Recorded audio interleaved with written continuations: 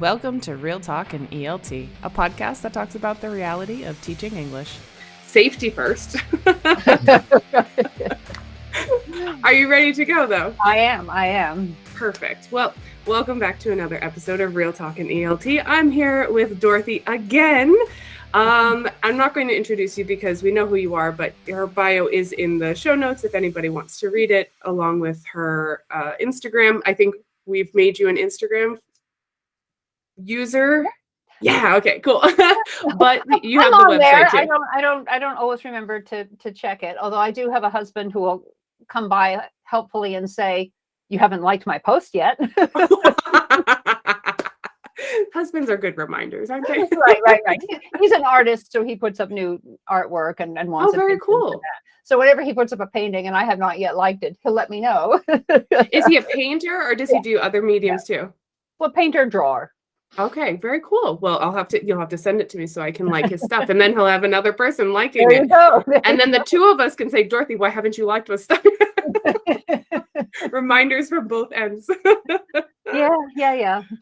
Okay, but anyways, let's get down to it because we wanted to talk about reading, specifically about readers, because I should start with this. Does Ways Goose, do they print readers for people? Yes, we do.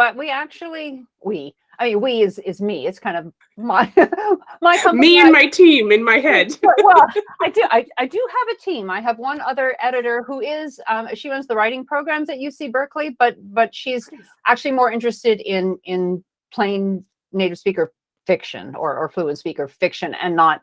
She ESL is her day job, but I've sort of handed her the fiction line, and then I stick with the education stuff. So I got interested in graded readers, and I'd worked with extensive reading before, but at the University of Oregon, where I had pretty high level students who were already matriculated into regular classes, but were taking some support classes. And I actually had them in my reading class choose an outside book, but they were just taking regular non-graded books, and we worked with those. But when I was looking at graded readers specifically, so I worked for 5 years, at least 4 years with a British Council Ministry of Education project in Algeria. So we were training the school inspectors for middle school and for high school, and those school inspectors then turn around and train their teachers, and of course the teachers to the students. So we're getting a little removed from the classroom, but that was our mandate. So one term or sort of leg of the project, we were working on reading. And in a lot of Arab countries, reading is not, it's sort of not a cultural value or norm or habit.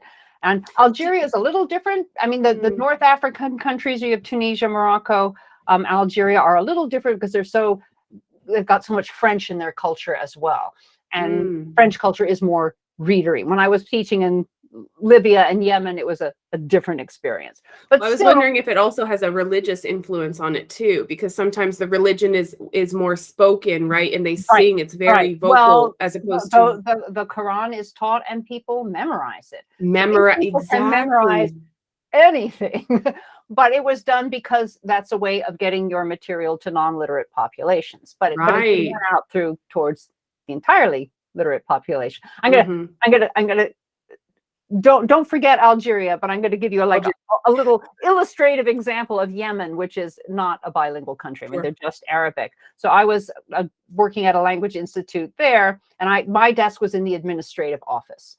So the secretary, office manager, kind of administration person there put notices in all the teachers' boxes about, I don't know, something. And a teacher came by, and we could see her go to the boxes. She picks up the note, glances at it briefly, comes into the office, hands it to the manager and says, "Can you read this to me, please?" Manager reads it out loud to her. She thanks her, picks it up, and leaves. And I was there as kind of a general troubleshooting person. And I said, if you have a teacher on staff who can't read English, that's an issue we should be aware of. She burst out laughing, goes, no, her English is fluent. And I said, well, why did she ask you to read her note then? And she goes, oh, well, she probably just wanted to remember it. So you hear it, Ooh, It'll be interesting. remembered. But if she looked at it and she read it, that did not instantly to her mean remembering. So that's just a very different system of learning. Interestingly, that institute had a beautiful library just stuffed with books. And I was in there talking with the librarian once, empty except for her and me. And I said, I'm surprised that you have so many wonderful books in a library here, because I know Yemen's not a very sort of reading culture. And she laughed and she said, well, I'm not Yemeni, I'm Indian. It's like, okay. Oh, but is she the one that gets the funding to get the books Right. then? She Okay. was the one who had built up this So she built herself her own library. library. Right. So for Algeria, now we're back to Algeria, because Okay. this is what got me into graded readers. So I thought, here are people who are instructing teachers. So we would do a lot of things. So we would kind of use them as test cases and take them through mock lessons and model lessons as if they were teachers or as if they were students.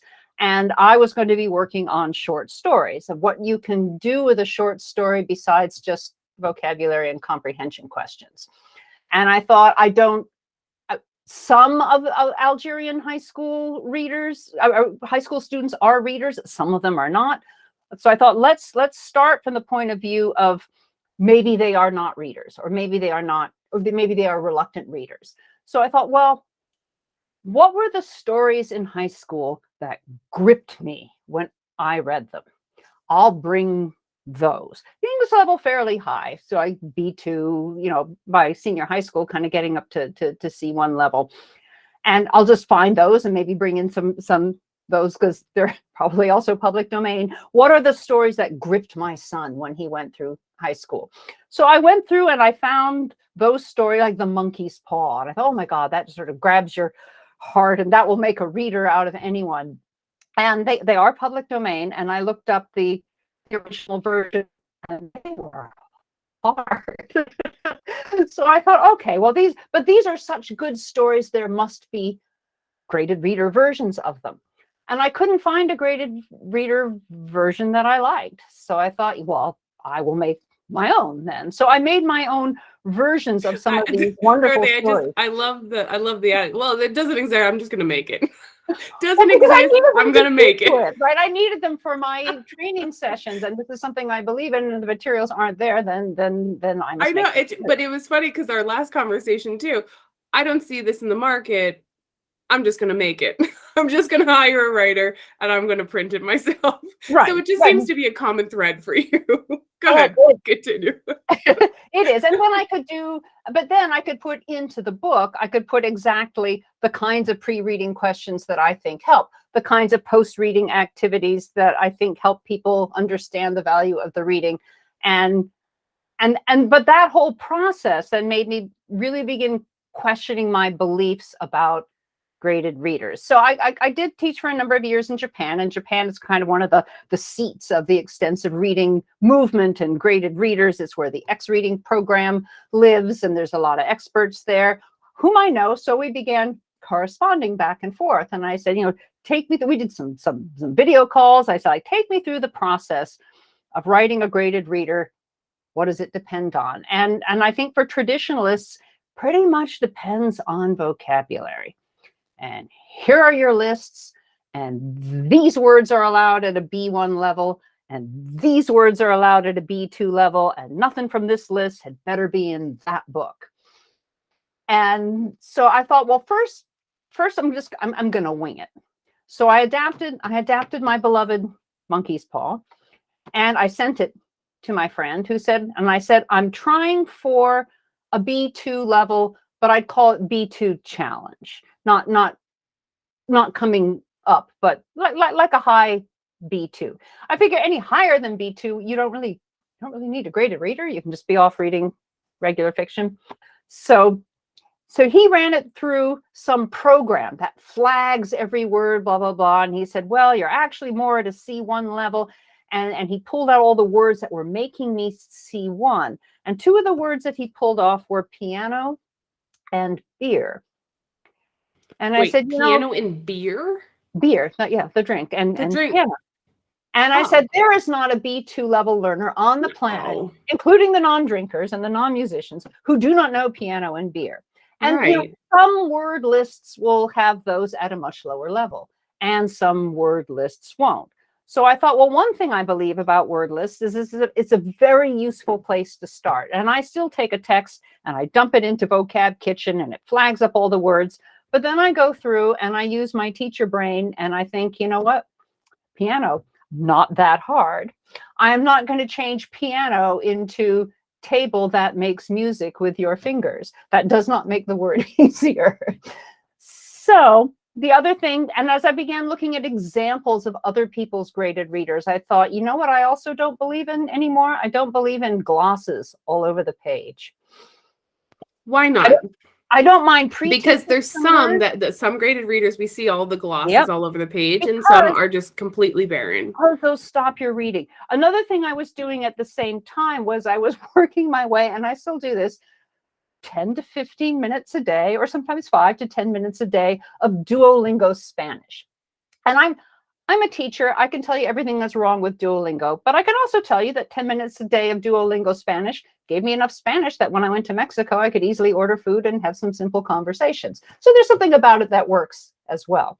But Duolingo has, at least for the Romance languages, it has these little stories and that are separate from the lessons. And you still do some kind of fill in the blank, and you do little exercises, but they're more fun than the regular lessons.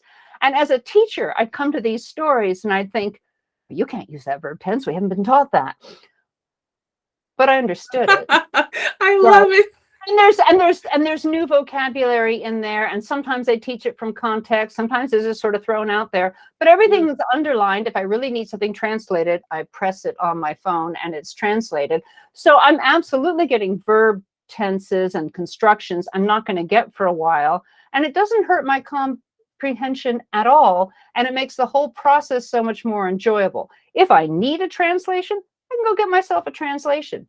If you were a Portuguese speaker coming to Spanish, you wouldn't need that translation at all. If you were a Chinese speaker coming to Spanish, you might need more of the translations. But you know what? That's my decision.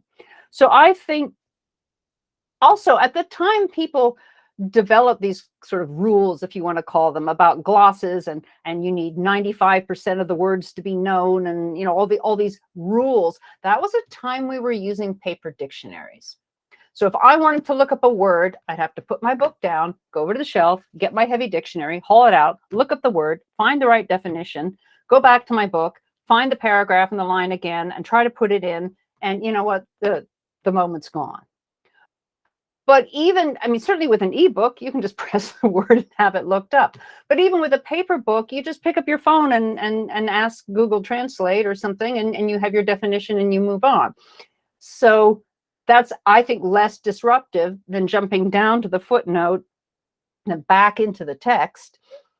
Footnotes annoy me more than they did in my youth. I think I don't want to jump and look at tiny type at the bottom of the page. If you have something important you want to say it in the paragraph or don't say it. And that jumping in and out of the paragraph, I find distracting in nonfiction as well as fiction. And, you know, not everybody has to agree with me. If you're a reader who really, really likes the glossed words, then don't buy my books, buy somebody else's. There are plenty that have those glosses.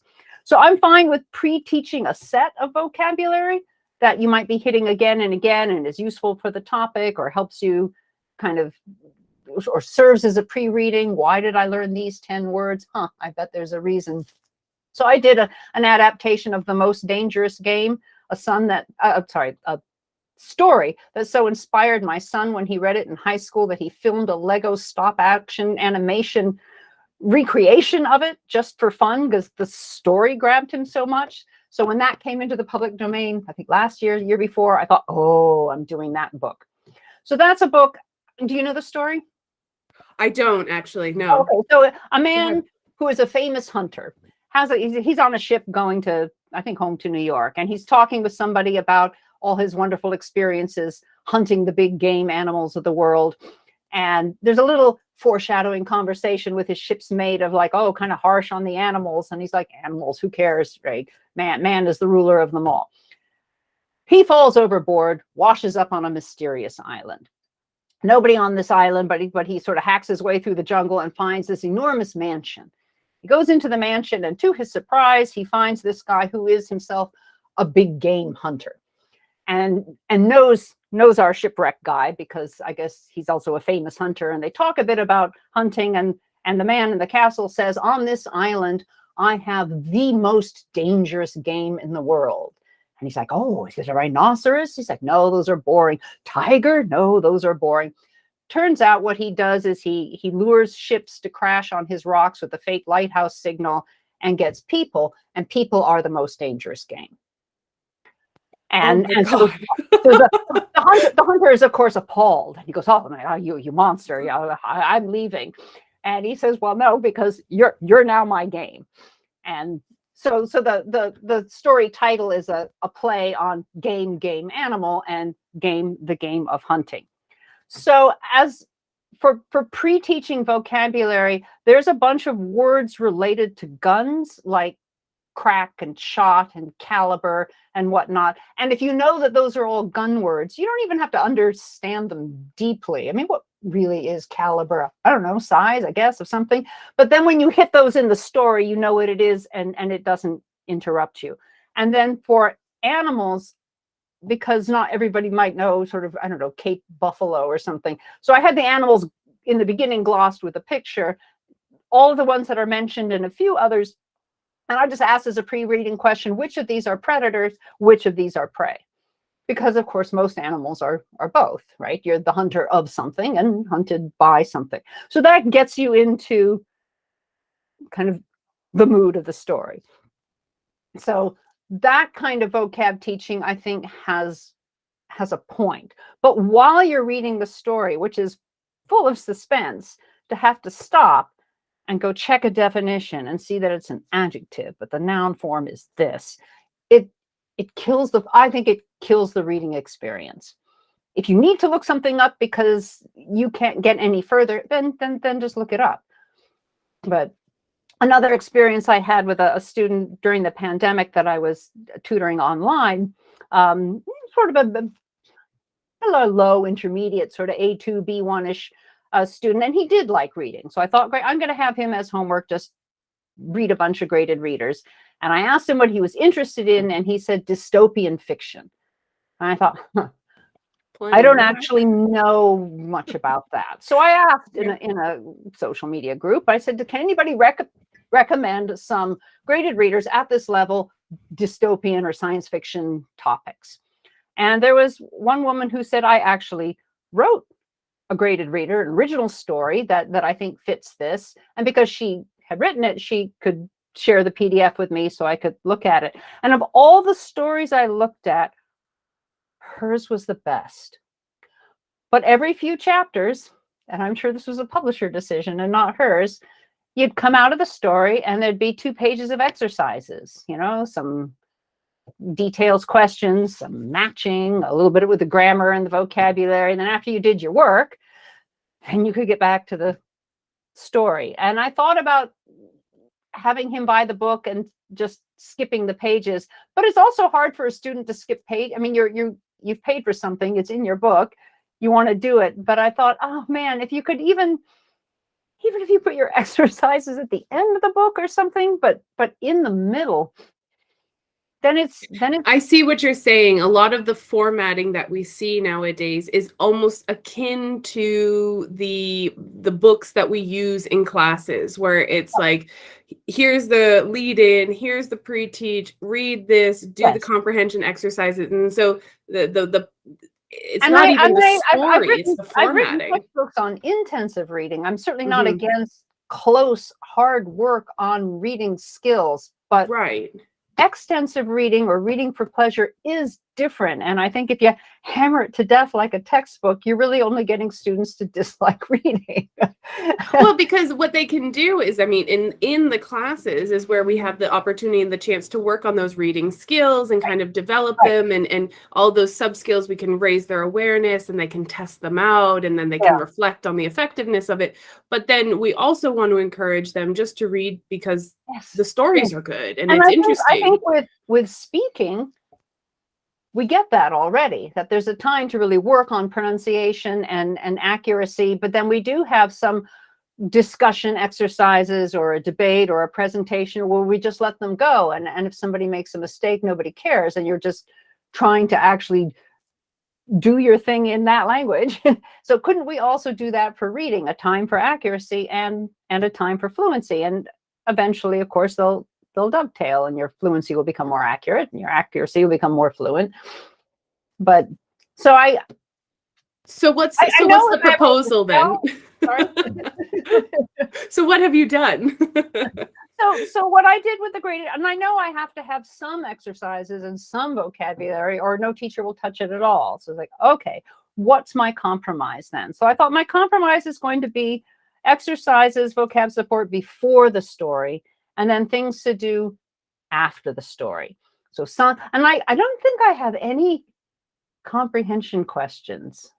I think I only have discussion questions or apply this. I have, for those kind of common stories, Most Dangerous Game is one of them, that have people have done adaptations or little film versions on YouTube. I linked to those. There was one of the ones I did for Most Dangerous Game, and I said, this happens at a time when there are no cell phones, there's no email, he's completely cut off from the world. Could this story be set in modern times? Could it happen today? And so they think about that first, and then I show them. I hope it's still up. That's the problem with links. They don't always stay up. There was a preview that was publicly available on some streaming channel for a modern adaptation of it, set in modern times. And some things are changed and some things are not. But there was also a really good kind of amateur film version that somebody did of the story and posted. And the creators of that film version were discussing in the comments when someone said, oh, how come you did this? And they were discussing their choices. I thought, so that's interesting. That's more interesting than a true false of this happened and that happened. And I do some work with the text, and I said, this book uses a lot of metaphors. Here are the metaphors. Go back and, puzzle out, what do they mean? Can how does this add to the suspense of the story? So I want them to think somewhat about the writing as well. Why is it written in this way, and how does that add to the feeling? So I think with one of them, with the lady or the tiger, do you know this story? Some of them I don't know. I haven't read them. So you could, okay. Another great story. Tell us. And this one I linked, I think I've linked it to a Robert Frost poem and said, compare them. So this is set in a mythical semi-barbaric kingdom years ago. There's one system of justice. If anybody commits a crime, according to the king, you are put into an arena with two doors. You open one door, a tiger comes out and viciously kills you and eats you on the spot. Obviously, you are guilty. The other door, you open it and a beautiful lady comes out and you are married on the spot. Obviously, you are innocent. Nothing will stop the death of the tiger. I have heard of this. Nothing will stop you from marrying the woman, even if you are already married. So that's the situation. The king, of course, has a beautiful daughter. And of course, she falls in love with a lowly commoner. And the king discovers this. Commoners are not allowed to, of course, date the king's daughter. So the man is going to go into the arena and he will have to choose the lady or the tiger.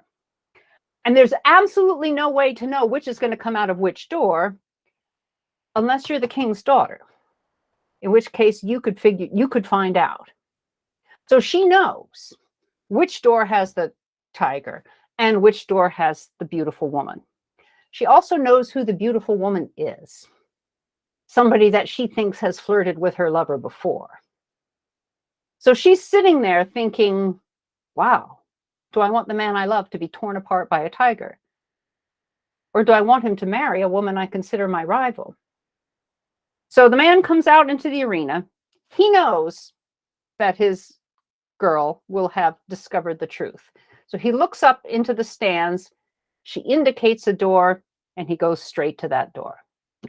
Then the author of the story pulls back and says, well, it's a complex issue, isn't it? the human heart, the jealousy, and yet the horrible death. And he said, it's too big a question for me to answer. So what do you think happened? Who do you think came out of the door? The story ends. Stop. So No. I have never seen a class of students not discuss that. Oh, because of everyone's course. got an idea. So do you believe that where there's life, there's hope? And she would have thought, well, and of course, your verb tenses come out conditional. What if he married the woman, but later they killed that woman, and then could he marry the princess, or could he fight the tiger to the death? And you're trying to puzzle out this and that. And I asked, first I said, I think I even said just quite clearly, I said, well, the obvious question is which came out, because it is an obvious question. I said, of course, the obvious question is this: which do you think came out of the door, and why do you think so? But then I want to go deeper, and I said, do you think the author has an opinion about which choice? Do you think the writing is pushing you to think one or the other? And if so, why? Can you find something in the story that tells you that the author has a bias? Then I said, imagine you are the young man. If you could choose the lady or the tiger, which would you choose? Would you basically commit suicide for love, or would you take choice B and betray your love? Imagine you are the young man. You know the princess will tell you which door to open. Which do you think she will choose, and why? So if she says go right, do you go right? Or does she says go right, do you go left? And why? Then we had a creative writing task. Imagine you are the beautiful young woman in this story waiting behind one of the doors. What are your thoughts the night before the trial? Write a diary entry or a letter to a friend. So free reign there, because we know nothing about this person. Then the literary comparison, I gave the Robert and Frost Fire and Ice, right? From what I tasted of desire, I hold with those who favor fire, but for destruction, ice will suffice. So how does the world end, with heat and passion, or with cold? And then finally, I give them a link to, so when this story came out, there was an outcry of people demanding that the author just give them the answer. So he wrote a sequel, The Discourager of Hesitancy, and I've linked to that sequel, which is not graded. So the language is going to be a lot higher. And of course, the sequel doesn't tell you either. It just leaves you with another puzzle. But that gives students something to talk about, something to feel, something to imagine. They can look for literary clues. There's something to do with the reading besides just a true or false. It's interesting too, because though, and I know that we want them to read because reading is, the benefits of reading are innumerable, right? But from that, there's discussion. And so, and it's genuine discussion. It's real interaction with your peers and interacting with the content, and you're trying to figure out, but you can extrapolate that into so many different areas. Like, okay, so this was written in this time period. Nowadays, right? What's a modern equivalent? Like asking, could the most dangerous game happen today? What would it look like? What would be right? Or what would be even something that's sort of a parallel situation. A parallel situation of like, okay, so really we wouldn't really have tigers and women, but what will we have? What would be the possibility? Or is there something similar? Do we make modern choices that are similar? And then from there you can extract and then do. I mean, hopefully you've done reading skills prior, but then you can extract and do language work afterwards and everything else. You can have your regular lessons, but the conversation lesson is really kind of, if they're engaged in it, then you can go anywhere afterwards, because they'll always bring it back to that conversation. Yeah. And then and also for a lot of these famous stories, once you know that story, you'll begin finding cultural references to it all over the place, Simpsons episodes and things here and there. But I think for vocabulary, all I did with this is the word barbaric. You will see a lot of instances of the word semi-barbaric, meaning partially barbaric, is important to this story. So I've seen simplified versions that just change that to another word, but no other word means what that word means, and that is very important. So Stockton asks us to imagine uncivilized, or at least half-civilized people living in an uncivilized time. And yet this is not a history story.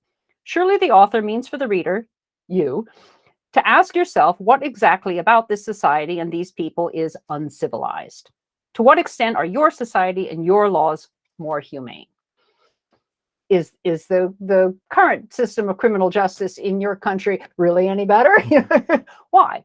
What makes a law humane? And I think the pre-reading discussion questions were about, let's see, if someone is accused of a crime, what is a good way to discover if they are guilty or innocent? Should one person be the judge or several? How should those people be chosen? Do you have a judge? Do you have a jury? How do you know? Art and literature often examine the power of love and explore how much one person will do for the love of another. Is it ever appropriate to die for love?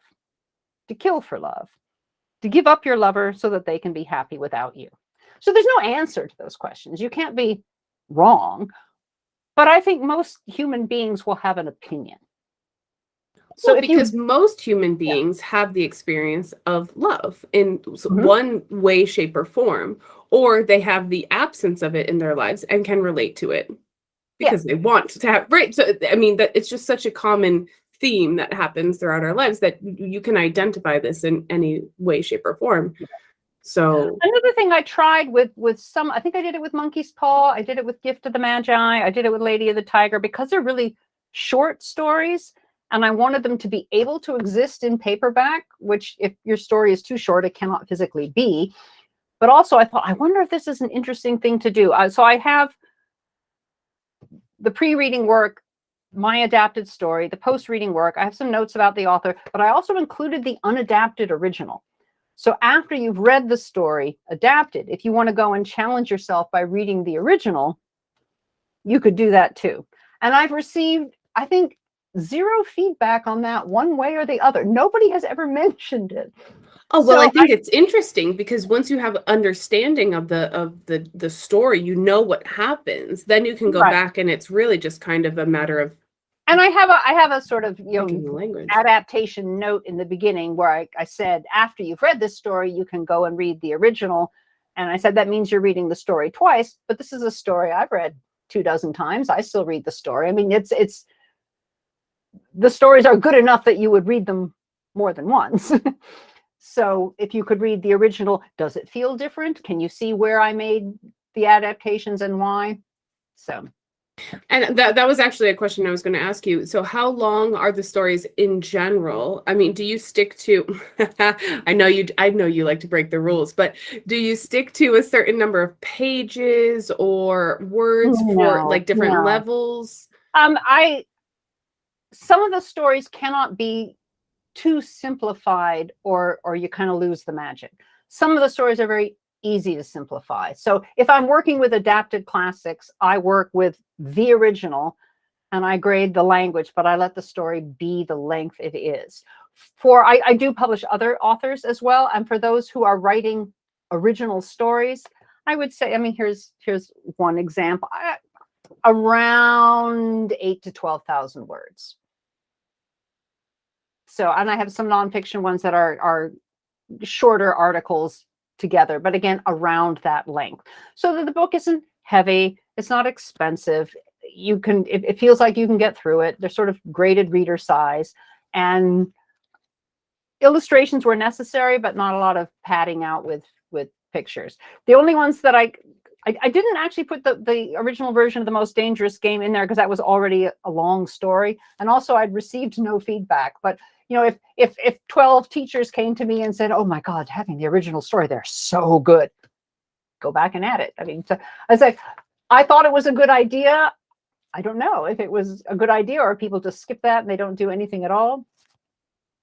Who knows? Yeah, I don't really know how people use it. So then what would be your recommendations of how people can use these in class? Because sometimes they see graded readers and then what they do is like, that's homework. I like reading as homework. I mean, I think that's a great, and then you can do the pre and post stuff in class. Some of these are short enough that you could, if you had 15 minutes of class time, you could just let people read. The problem with doing too much extensive reading in class time, first of all, the teacher feels very nervous. You feel like you're not teaching because you're not doing anything other than watching. You are still teaching because you're making that activity happen. I mean, you're giving it a space, but people read at very different rates. So if somebody finishes early, do you punish them by giving them more work?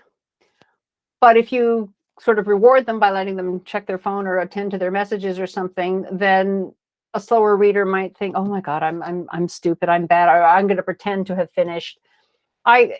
Unless it's a really short story, I'd let them read outside of class, and then come in and do the before and after stuff together.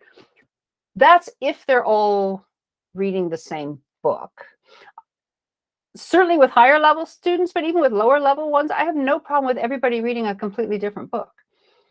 So they can go so up then and how do you manage that, like practically, you know, like because it is good, they should be reading something that actually they're interested in. Not everybody's going to be interested in the couple of stories that you have, but everybody can talk about what they read. So when I had higher level classes and I just let them choose their own book, the book assignment went, I think we did maybe 1 or 2 per 10-week term. Some people would finish early, some people would be reading right up to the deadline. Not my concern. If you're an efficient reader, good for you. The only requirement was that it not be a book you're also reading for another class, because I wanted this to be more reading. But if you just say you have 10 weeks to read a book and you have a book report due at the end, a lot of people are going to wait till the night before it's due and not finish. So obviously you need something built in to make sure they're actually reading. So the first day they are required to bring their book to class, so I can check it and make sure that it's, not inappropriate for some reason. I remember one girl who, a bright French student, who brought this really kind of weird and tedious book of business, blah, blah, blah, with a lot of sports idioms or something. And I kind of looked at her, I looked at the book and I said, is this really not a book for another class? And she looked kind of sheepish and she said, it's a book for another class. And I said, okay, that's what I thought. Can you just go find something that you are interested in? What are you interested in? She comes back the next classroom, shows me her book, which is called Good in Bed. It's like, well, there you go. Romance novel. It was not a how-to. So, okay.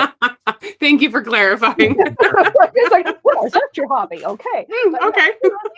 It was a romance novel. But then we have periodic checks where the students get together in groups, and I have a list, a worksheet for them of how much have you read so far?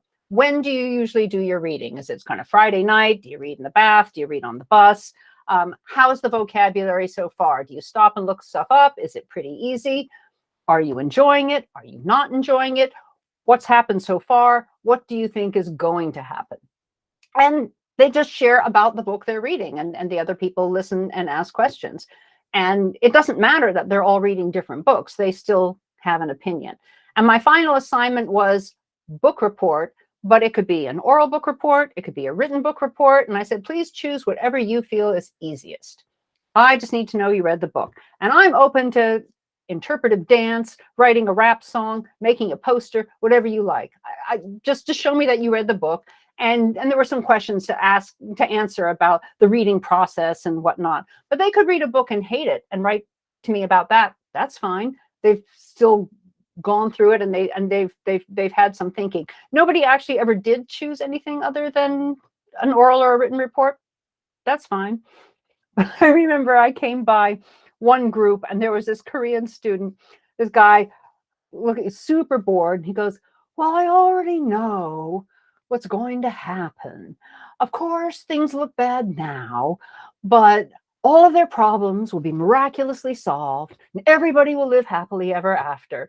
And he sounded sort of so disgusted with the whole process that I sat down and I said, well, you're probably not wrong, but here's a Western narrative arc, and here's what we expect, and here's the climax and the denouement, and we expect there to be a hero's journey and a character arc, and I was trying to get him to understand why we have these patterns and whatnot. And I said, so yeah, your characters will probably end happily, but here's why we expect that in English reading culture. And then I said, oh, what book did you choose? And he says, Lord of the Flies. Oh no. I said, well, that's not going to turn out how he thinks. how that happy ending works out for you. Well, at least was he surprised by the end? I mean, at least was he like, wow, okay. When I got his book report, it was hilarious. He said, apparently, he had thought that he was getting an abridged version of Lord of the Rings. He had just read Lord of the, like, I know this book. Wonderful report from him that says, at first I was so excited to find this famous book so thin. But then he realized, and his conclusion was, now I know I must read to the end of things, even books' titles. Well, so I wrote an article a really about fun that, which story. I called "Read to the End." Right. But the Good in Bed reader did this fantastic report about like the grammar she'd picked up from it and how she used this in her life. And she said, since reading this book, my friends tell me that I'm speaking too educated, but I don't mind because I can feel my English getting better. And like, she really, I mean, it worked for her. Whereas her book of sports idioms from her business class would have done nothing for her. But I had a girl who asked me if she could read one of the Harry Potter books, and she said, I've already read it in Japanese. I said, that's fine, you can read it in English. And she came to me like after the first week or so, and she said, I never realized that the names of the spells have a meaning. Because in katakana, in Japanese, it's just a word. But she said, when I can see, she said, it sounds the same in katakana, but when I see it in Roman letters, I can see the word roots because some of them are the same as English. And she said, it wasn't until I saw the word in English that I had a deeper understanding. And she was really excited about that. And then in her report that she wrote for me, she said she was surprised because she thought her reading level was pretty high, which it was. She said, I was surprised at how many words I didn't know. And they all turned out to be words for sound and movement, and she listed all of them, like, climb, cramp, and all these kind of heavily Germanic words, and not, the Latinate words with word roots and whatnot. And she said, are these words that ordinary Americans would understand at a level? And I said, actually, yes, they are. But no, they're not the words that we put in ESL textbooks, right? That's interesting. It's interesting that she was able to extract it out to you and take a look and she'd obviously been keeping a list of words she didn't know, and then which I didn't ask her to do. Just like approach the reading how you like. But she'd kept a list, and then she'd looked at her list and said, "Oh, I notice these are all short, one-syllable words." And I said, "Also, I can tell you they're German or Scandinavian roots. They're not French roots." And so that's kind of a cool insight. But you could do when I taught one year in a combined junior high school. So I had 7 through 12 kids, and they were grouped by English level. But I mean, I had an 11th grader and a 7th grader in the same class. They're not going to read the same book, right? So I just had my graded reader library, and I'd coded them by level, and I was like, pick your book, and they would read one book, and we read in class. Because I didn't want to lose all my books.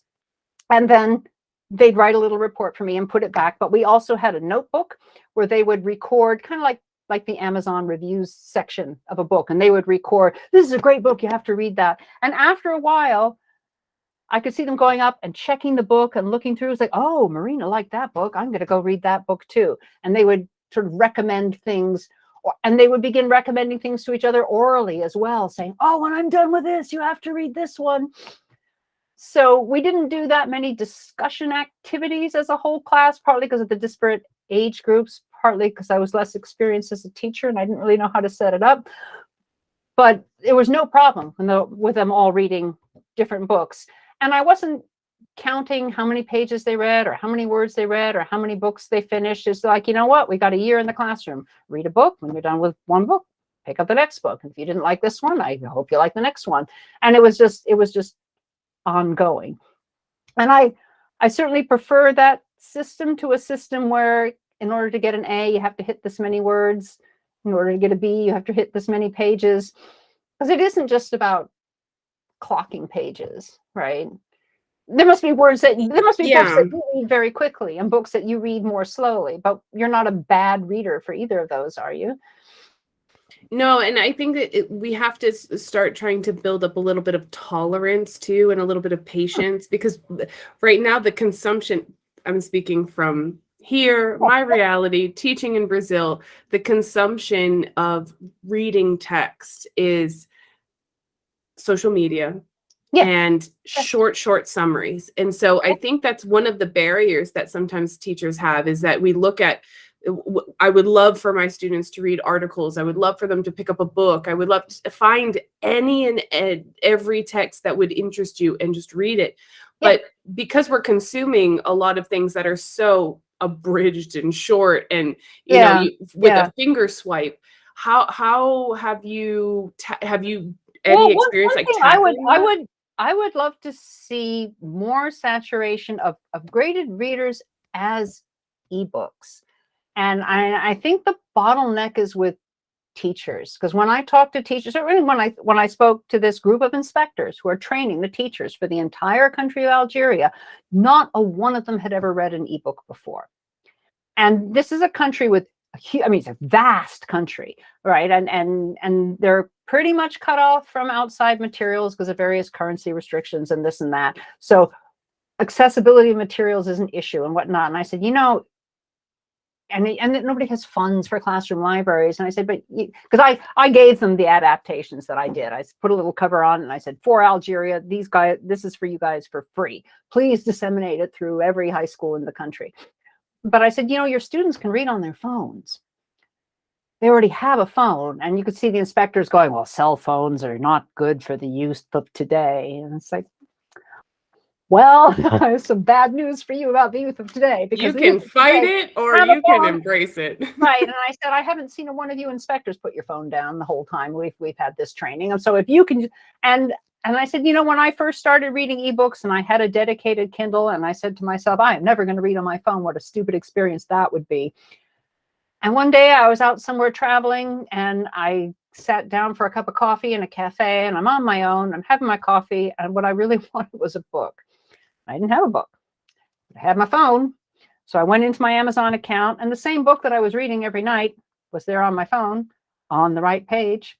So I could read my book. And when I went back to the hotel that evening, the book had advanced along with me and I could just pick up where I was.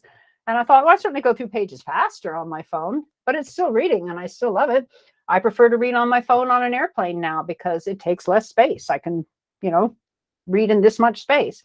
So if students could get used to reading books on their phones or the devices they already have, that might encourage them to read. And you can, you know, it's just like a book. You can stop and start. And when people do that with games, think of all the gamers out there who have games that are ongoing for years, right? They game for half an hour and then they have to go to a dentist appointment or go home or something, and they stop and they pick it up again. Or you could do that with a story and with a book as well as you could with social media or a game. But sometimes when I'm talking to teachers and I get this, oh, well, I prefer real books. It's like, well, are those written on scrolls with, you know? But does it really matter if they're reading? No, they're reading. Yeah, like the device doesn't matter. If I'm sitting at home on the sofa, I pick up a paper book. When I'm on an airplane, I don't bring a stack of paper books with me. I have my phone, but I like the books equally. So, you can link to stuff in this, right? I have one book that is free as an ebook, as an example, The Bee Creek Blues and Meridian. It's 2 short stories, B1 level. And I keep this one permanently free, kind of as a way to say to people, hey, try it out. See? And this one has an ebook version of it where people can read. Yes. So perfect. The paperback isn't free. I can't do that because paper costs what it costs. Dorothy, of course not. I'm just not allowed to. I mean, no. I mean, unless I buy it myself and hand it to somebody. But for an ebook, I can choose to make something free. Oh, that's awesome. So I can just set the price as $0. I can do that on every vendor except Amazon. What Amazon does is it waits till you set the price to $0 everywhere else, like Apple and Google Play and Kobo, and then it will price match. And every once in a while, the price matching will slip. So if anybody out there goes to find The Bee Creek Blues by Greta Gorsuch and finds that it is not free on Amazon, shoot me an email and I will call up Amazon and we'll fight again and it'll become free again. But it's certainly supposed to be free forever. Okay. Forever. Amazing. So people can have that experience. And, you know, and I set some of the others temporarily free or put them temporarily on sale. But that's one way also to deal with the expense.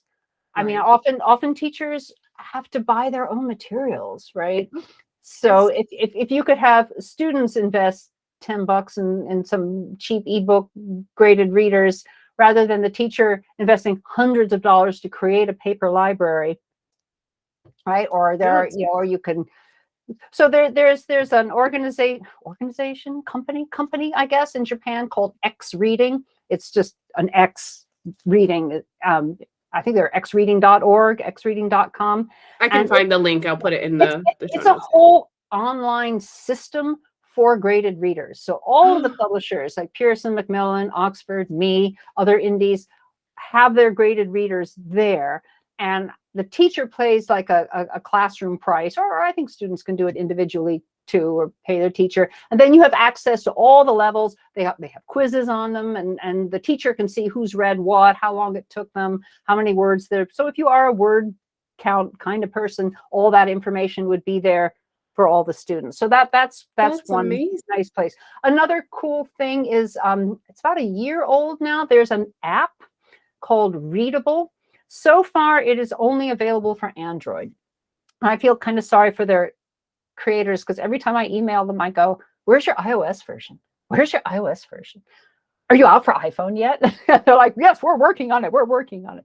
So it's coming, but it's not there now. So that's a graded reader app, and it's either free, which means that the audio is AI generated, although it sounds better than you would think, or there's a paid version where you would get human audio.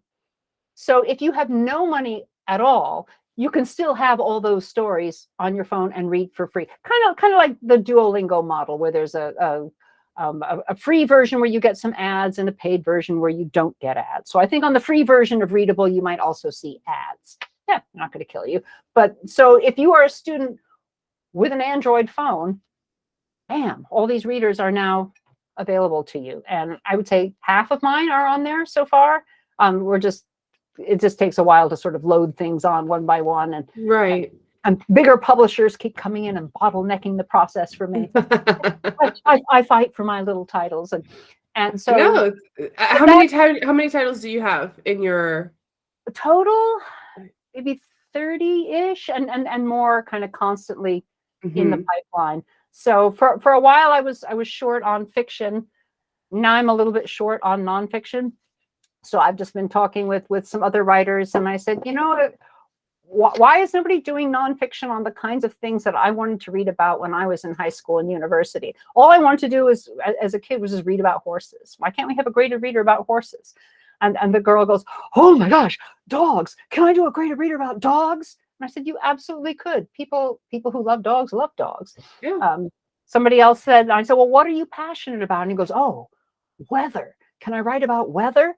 And I said, "Yeah, as long as it's not, too much depressing climate change, we're all going to die, but, but cool weather phenomenon. Like, this is what's going on, and this is how." Right.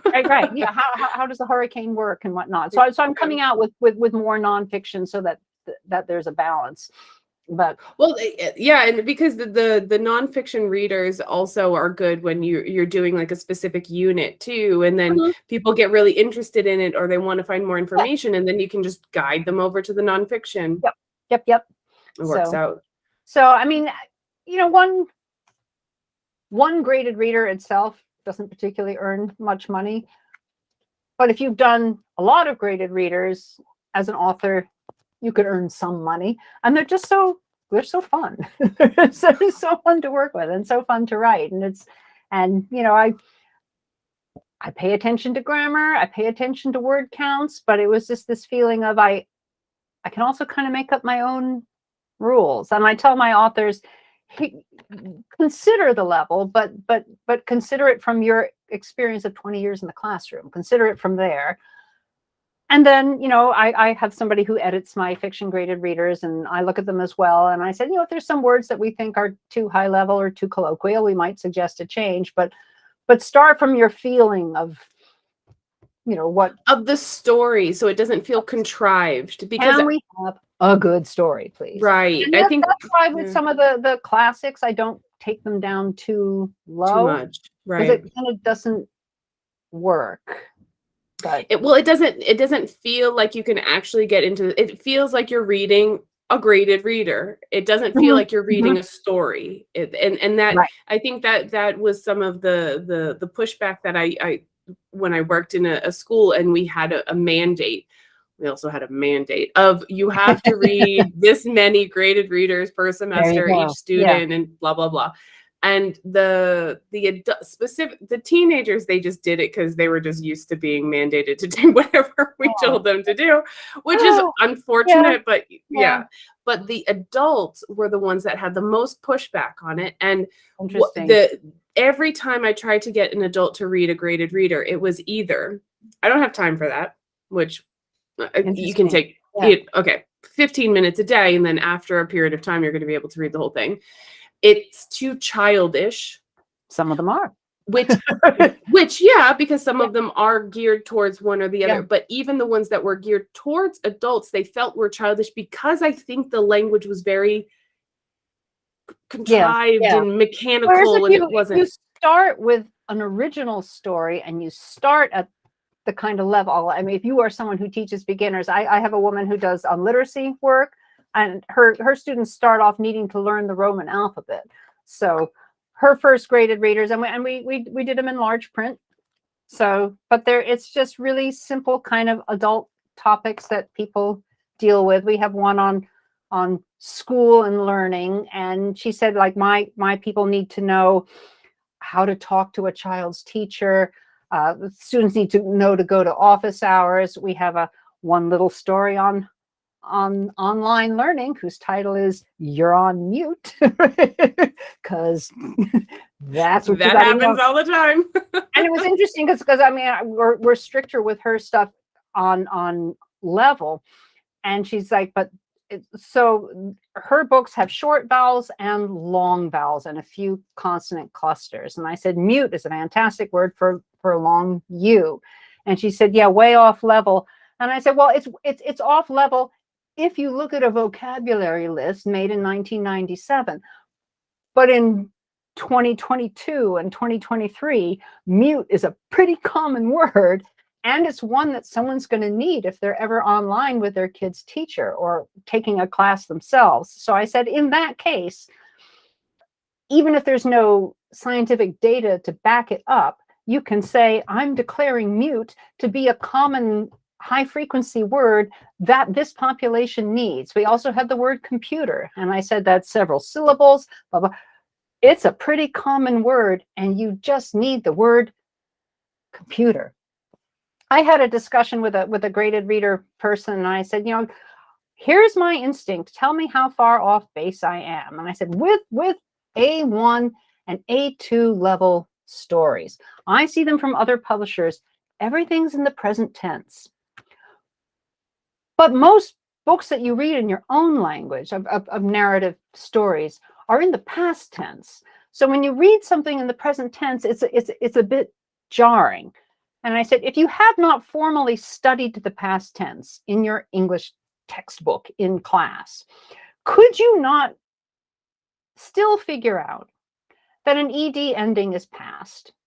And let's ask you to learn, I don't know, maybe said, gone, had, a couple real common ones, and you could just get on with the business of reading, but you're no longer in this weird kind of present narration.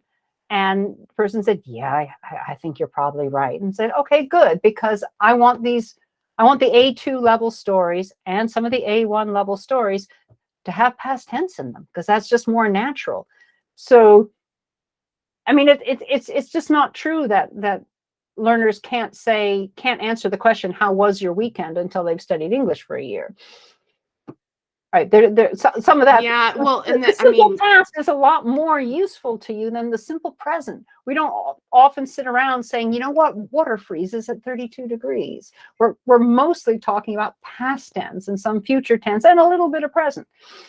Well, we also have that whole idea of there's a logical sequence, and that which is not true. I mean, it's just not true. We don't learn things in that way, but it's still prevalent in the course books and things that we see like that. So it's like we have to not fight the course books, but at the same time, it's like that doesn't. I know that it's also be realistic about language. I mean, but even the grading of vocabulary. I mean, what level is the word civilization? Well, that depends. That depends on who you're talking to. Speaker or a Spanish speaker or Italian or Portuguese, the A1. If you're a Vietnamese speaker, maybe B2. Exactly. So you can't say this word is this level. But also, I mean, what is a B1 level reader? Is that somebody who's just come up from A2, or is it someone who's been at that level for? I mean, how would you ever get to the next level if you never saw any words outside of your own little bubble? So I think it just needs to be a little more flexible. Yes. Exactly. Then this must be a B1 level, and therefore we're taking out these 5 words and putting in these weirder words. Well, it seems like language works. Yeah, the ones that you have, like you're on mute, for example. I don't think many adults would be opposed to reading that because it's practical to them, and things that are practical for students, especially adult learners. You know, of course, all learners, but when they see the practicality, that they see, I can use this language tonight, tomorrow. I can talk to friends and family using this, or my landlord when I have to, pay rent or whatever. When they see that, it's motivating. Right. So there's a little book that had been previously published by a different publisher. This is my prolific fiction author, Jeremy Taylor, who just cranks these. He just loves to write, and he's got good little stories. And he asked, and I think it was previously published, but what he gave me was his original manuscript and not the one that wound up getting published. And I said, okay, what did they change? What were your problems? And he said, well, there's a British boy who's got his grandfather in a like a senior living situation, and he thinks his grandparents are boring. And his friend is from Egypt, misses his grandparents, and says, oh, you're lucky to have grandparents around at all. And he's like, oh, they're boring. They never do anything. So the Egyptian guy asks, can I visit your grandparents? So he goes and visits the grandparents. And there's this scene where they sit down and the grandfather offers him some tea. Would you like some tea? And he says, yes. And he says, would you like any sugar? And he says, yes, 3 sugars, please. We Egyptians like very sweet tea. And an editor had said, no, you can't say 3 sugars, because at that level, they only know sugar as a non-count noun. But you can't say sugar cube because they haven't had the word cube. And you can't say spoonful because they haven't had the word spoon. And at a certain point, I'm thinking, if you're reading along and you read 3 sugars, I think you're going to know what it means. So in the previous version, I think they had changed that. But the result is language that's slightly less natural. And you wouldn't know it as you were going along necessarily. But the overall feeling when you make compromise after compromise after compromise like that is your story isn't somehow an original fluent English story anymore. And I said, we can absolutely say 3 sugars. I do not think that is going to stop the story. And it sounds natural, and it is something that would be said, and it is comprehensible, and it sounds good. So. And if the students question it, you just say, listen, I know that we're teaching it like this. Or 3 pieces of sugar. Yeah, you can say it this way. This is how typically how people order their tea if they're asking for tea in places, and that's fine. Right. Move on. But I'm betting most students going along like that are not going to stop and say, wow, I have a really specific grammar question about this word. They should just be reading the story and getting the feeling, and so. And we made other changes to his book. So at one point I said, these are original books. Looks like everybody's white. Could we have some people be not white? And he said, yeah, good idea. Let's do that. Let's it's like, okay. So we unwhited some people where they're just people being people. They don't all have to look the same. And I said, we don't have to make a big thing about it. Just change blue eyes to brown eyes, or blonde hair to brown hair. We can quietly unwhite some people. And that's not necessarily that they was put in there on purpose. I mean, I think sometimes it's just like this. Yeah, he's just writing kind of from who he is and what he knows. But right. But these days we are a little bit more aware. Yeah. And we don't want to be accidentally too white. Right. So. Yeah. But I mean, it's not something that I also think it just, okay, you write what you know. And then of course, that's why you have editors to look at this and say, hey, I've noticed this. Yeah. Let's make some modifications. I also had to make some decisions about British English or American English. Right? And I do. I mean, is this still okay? Yeah. And I think conventional wisdom is, well, either is okay, but you have to be consistent. So your line of graded readers is all British, or it's all American, or you do two versions. But what if there's a British person and an American person interacting? We could do that. So I decided, what we're going to do with the English is we're going to leave it in the English of the author. So Jeremy Taylor is British, left it in British English. Great. I'm American, put it in American English. And nobody has noticed or commented. Nobody cares. It's like, yeah. So, are the books? And I don't have them labeled, with a little flag sticker saying this one is this and this one is that. They just are what they are, and. But do you think that, I mean, students nowadays, because I know that we've gone from the two models, received pronunciation, general American, and then we went to global Englishes, and then we've gone to ELF, and then we've gone to, we've kind of, we've progressed through this whole thing. But shouldn't we just expose students to as much possible language that they might encounter if they're going places, traveling, or talking to people? So the only time I had to really think about things like accent is I'm slowly getting these recorded, and I thought, well, if a book is set in England and it's following British English spelling, and the author is British, and our main character goes to school in England, we should have a British narrator. If it's a more Americanish set book, we can have an American narrator. So I've done that with narrators, but I haven't labeled them. I mean, maybe only teachers would notice. The funny one was Most Dangerous Game, because the person on the island, right, the guy who hunts people is of a certain nationality. And when I said that, I have a trusted editor that I send my stuff to. I mean, I work as an editor, but it's very hard to edit your own stuff. So when I do my own story, I send it to someone else. And he said, is it important to label our bad guy as being one specific nationality? And I thought, it's not. Why don't we make him, and so I think there's a line in there about, he spoke with an accent, but we don't say whose accent or what accent. So then what do you do with the recording? So I spoke with my narrator and I said, can you give me an accent that isn't real? Can you make up an accent for me, basically? And he was delighted. Dorothy, I love that you just break all the rules. He did it. It's wonderful. I mean, you could kind of think like, hang on, is that Eastern Europe? No, that's not Eastern Europe. Where is that person from?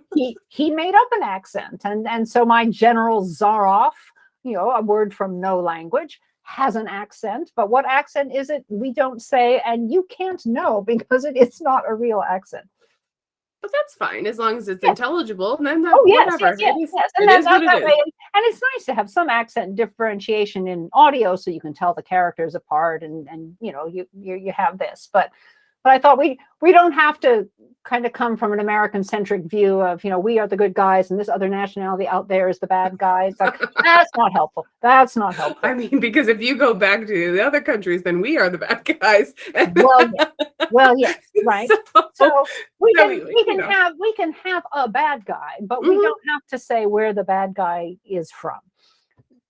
So fine. But he got his own original accent. But that's very cool.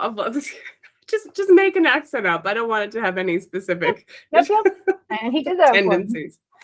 Oh, but I do love the idea, the perspective that you have, though, that people need to get into the story. They need to, really kind of engage with it. And I think the way that you've set up your readers, and of course we'll link everything so that people can then go check them out, is that you do the work before. Let them enjoy the story, really engage with the story, and then you can come together after. And if somebody is reading this on their own and they don't want to think through the pre-reading questions or the post-reading questions, that's fine. My feelings aren't hurt. It's there if you want it. There's a little extra support and stuff to dig into, but if you just want to pick it up and read, there's nothing that's going to interrupt your experience with that story.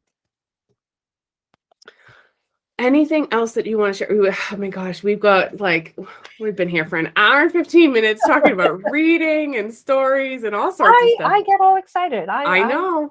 I like that. I think I'm looking at I don't have all of mine here because we sell out of them. Which is one notice that there's a B1 level one that one of my authors did on notable Native Americans. And these are biographies. So once you hit biographies of people, you get vocabulary that you can't change, like particularly around people's professions. So what I did was I took out all of those and I put it in the beginning in the section saying, this is a low intermediate book, but you have to know these professions because we can't change that. We can't make somebody a teacher just because you know the word teacher. If you're going to read about real people, you have to level up.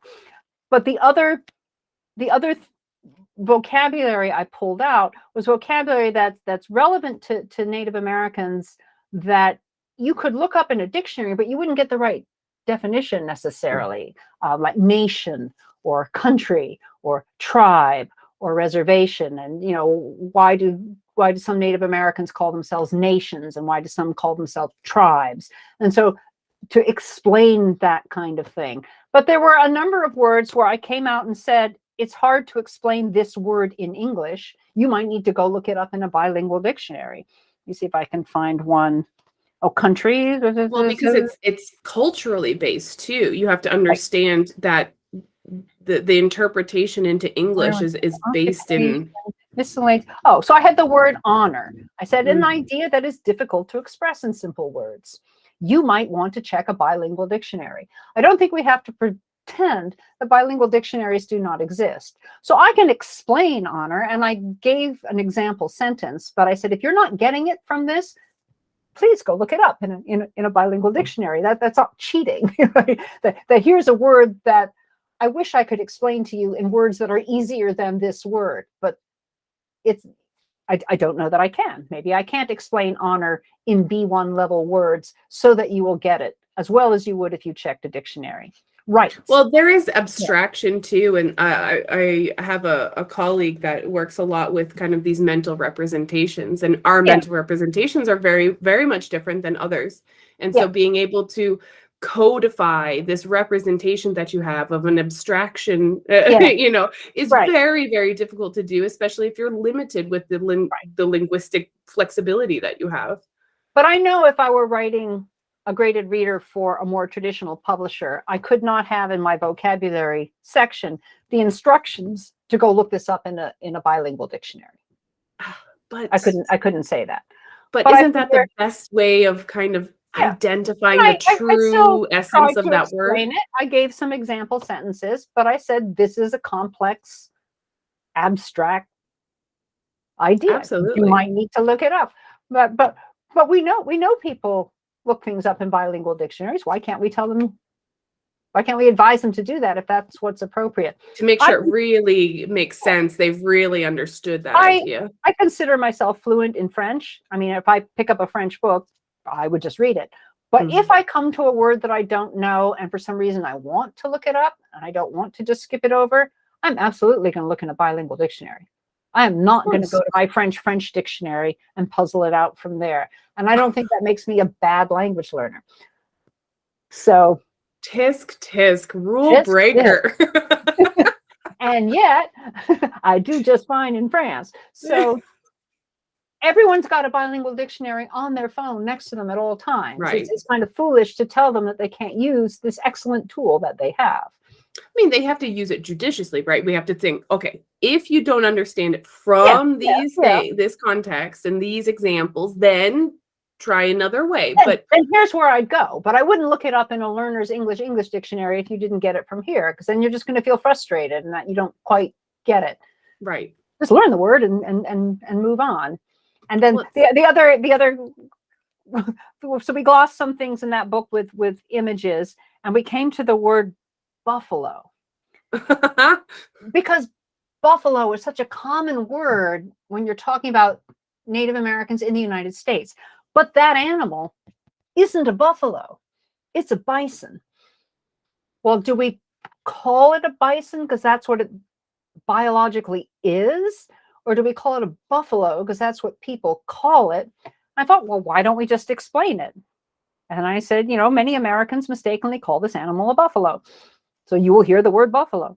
However, many songs and stories about the American West use the word buffalo instead of bison. And I have a picture of the animal in North America. So it's like we can use both. We can talk about bison, and we can acknowledge that the common word often used, particularly historically, is inaccurate.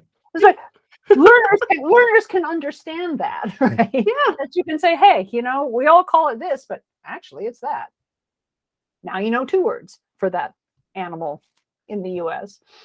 But that also does happen in other cultures. It's not like this is sure. Yeah. only happening in the US that we have this, this word that we're using inappropriately because biologically it's not correct. But so, I mean, I think that's just acknowledging that although you're maybe a lower level reader, you're not a lower level thinker or lower level person who can understand the world. So if you don't, even at A1 levels, you don't want to talk down to learners, or you have, like you said, that situation of adults saying this book is childish.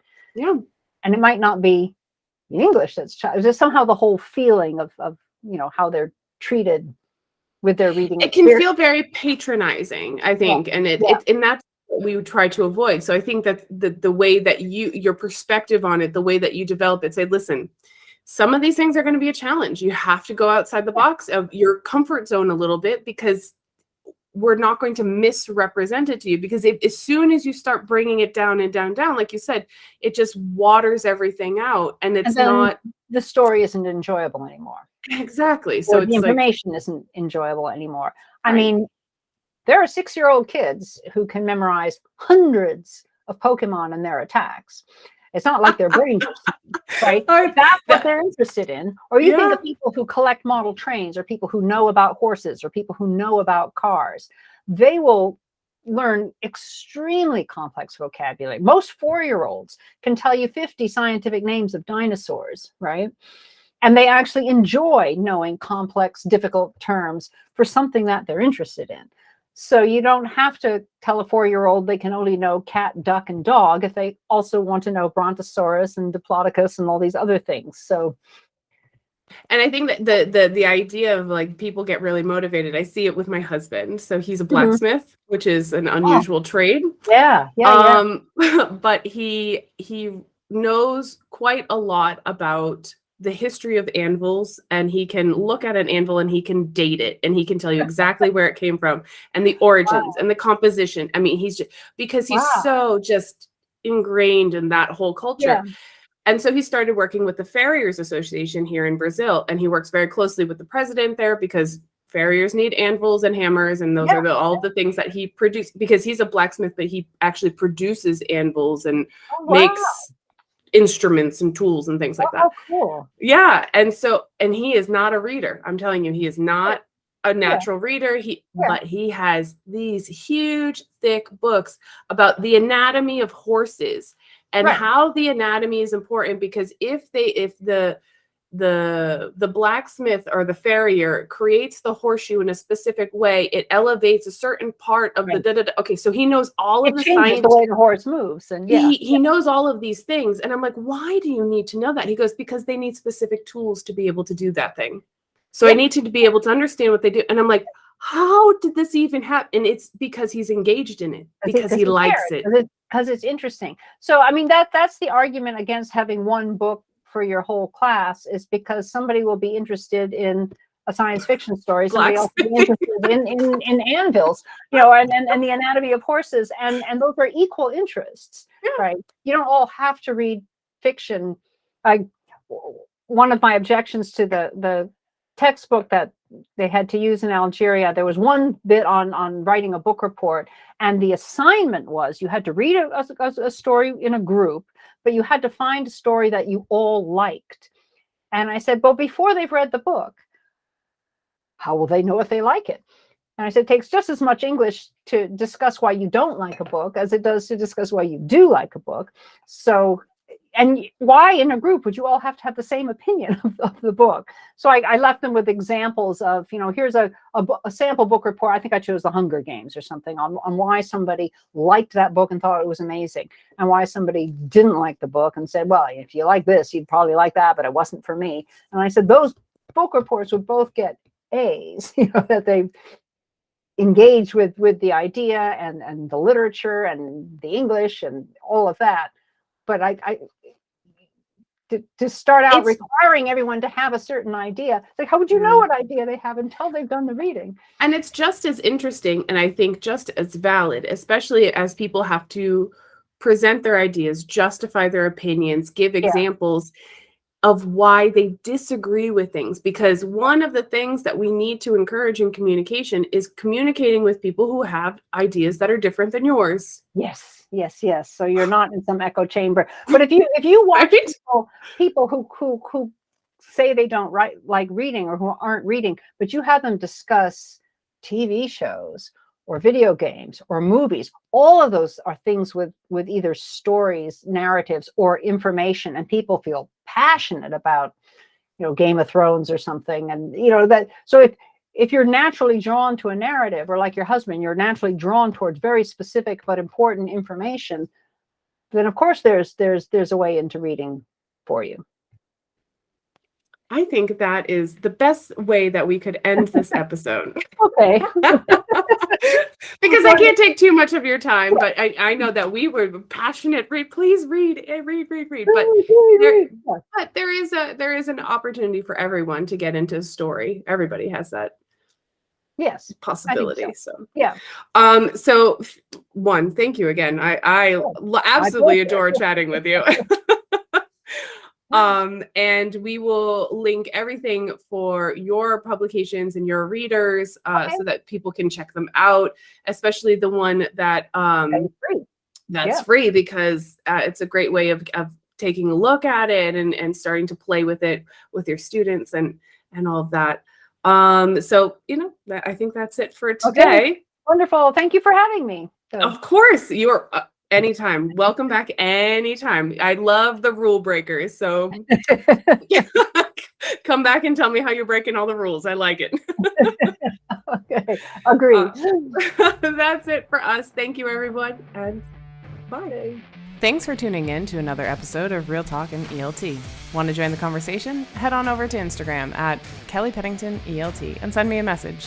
Be sure to subscribe to my YouTube or Spotify channel to stay up to date. And of course, take care of yourself, your health, your vibe, and your tribe. Until next time.